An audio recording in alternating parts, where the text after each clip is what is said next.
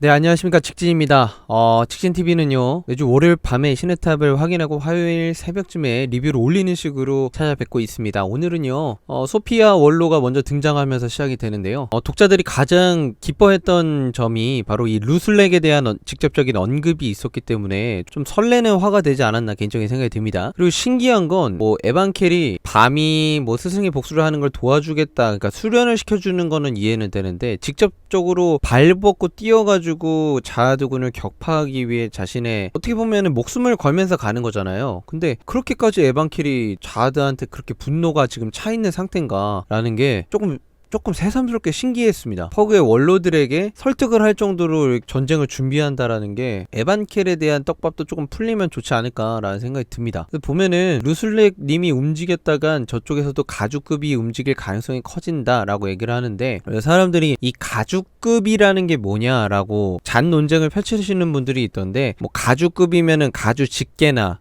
예를 들어 아도리 자하드급이나 그런 식으로 얘기를 하는 것 같은데, 그러니까 아도리 자하드 같은 친구들을 가죽급으로 볼 수는 있지만 이 소피아 원로가 말하는 가죽급 자체는 진짜 그냥 가죽을 말하는 것 같아요. 물론 두 가지로 해석이 될 수 있습니다. 가죽에 준하는 급들이 움직일 가능성이 커진다라고도 이해할 수 있는데, 예를 들어 루슬렉이 움직이면 아도리 자하드가 나올 정도의 어떤 그런 가능성이 커진다라고도 얘기할 수 있는데, 근데 루슬렉도 랭킹이다 보니까 결국엔 루슬렉을 막으려면 아도리 자하드 갖고만은 조금 부족하다라는 생각도 저 개인적으로 듭니다. 그래서 여기서 말하는 가주급은 진짜 가주가 움직인다, 예를 들어 로포비아 가주가 움직인다, 약간 이런 느낌일 것 같아요. 그렇게 되면 전면전이고 밤이 개입할 수 있는 여지가 사라지는 너무나도 거대한 전장이 돼버리기 때문에. 근데 사실 지금 이미 밤이 개입하기에는 조금 제가 봤을 때는 밤이 얼마나 그 영향력을 끼칠 수 있는 전투가 될지는 사실 잘 모르겠어요. 랭커 하나도 지금 상대하기 벅찬 밤인데, 물론 제압은 할 수 있지만 랭커 그 이상 4단장급을 과연 밤이 풀파워로는 상대할 수 있겠지만, 제가 볼 때는 큰 전투들은 대부분 슬레이어들이나 에반켈이 소피아가 해준다면 어떤 서브 미션 같은 느낌들을 밤이 뚫고 나가지 않을까라는 생각이 듭니다. 그래서 여기서 보면은 떡밥 회수를 좀 합니다. 그래서 예전에 공방전에서 카라카가 가시를 취하려고 했던 그런 썰들이 그 카라카를 지지했던 원로 중에 한 명이 소피아였다라는 사실을 여기서 풀게 되죠. 그리고 밝혀지는 떡밥 두 번째, 견족은 원래 로포비아 가문의 지파였다. 그리고 세 번째 풀린 떡밥은 아도리 자하드에 관한 이야기입니다. 어쨌든 이번 둥지 전쟁은 아도리 자하드가 직접 군을 움직이고 있다라는 사실과 이 대장이라는 정체가 둥지 사건을 그냥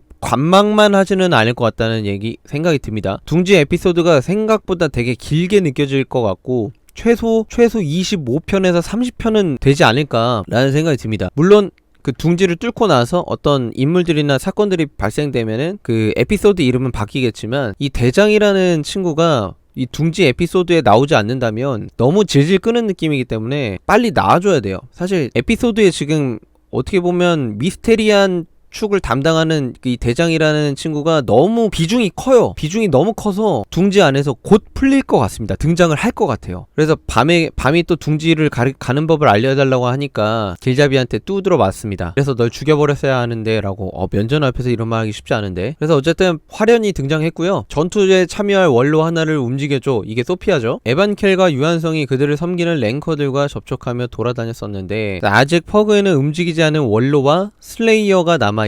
이번 화에서 어떤 슬레이어들이 등장하게 될지 그게 너무나도 궁금합니다. 사실 마도라코가 섬기는 슬레이어는 아직 국자를 안 받은 상태이기 때문에 등장하지는 않을 것 같고, 다른 새로운 슬레이어가 등장을 할 것 같은데, 결국에는 밤이 다른 원로들을 설득하기 위해 랭킹 관리국을 가게 됩니다. 그래서 풀리는 아도리 자하드의 떡밥, A급 선별 인원이었을 때 랭커를 이겼었다. 그리고 랭커가 된 이후로 바로 하이랭커가 되어서 총사령관이 되었다라는 어떤 아도리 자하드의 스토리가 공식으로 풀렸고요. 그래서 진짜 밤이 결국에는 랭커를 쓰러뜨리게 되고, 아도리보다 더 빠르게 랭커를 쓰러뜨린다라는 정보가 퍼지게 된다면 원로들을 설득하는 것은 물론 밤이 앞으로 랭커가 됐을 때 탑을 변화시키고도 충분할 만한 어떤 역량을 갖추게 되는 그런 상황이죠. 그래서 테스트 랭커 밤의 수준을 너무 띄워놓지 않기 위해 레벨 하짜리 랭커랑 붙입니다. 그래서 밥솥을 언급해요. 레볼루션을 했을 때, 첫 레볼루션을 했을 때 이미 힘들은 모두 수면 위로 떠오르고 있었을지도 라고 하는데,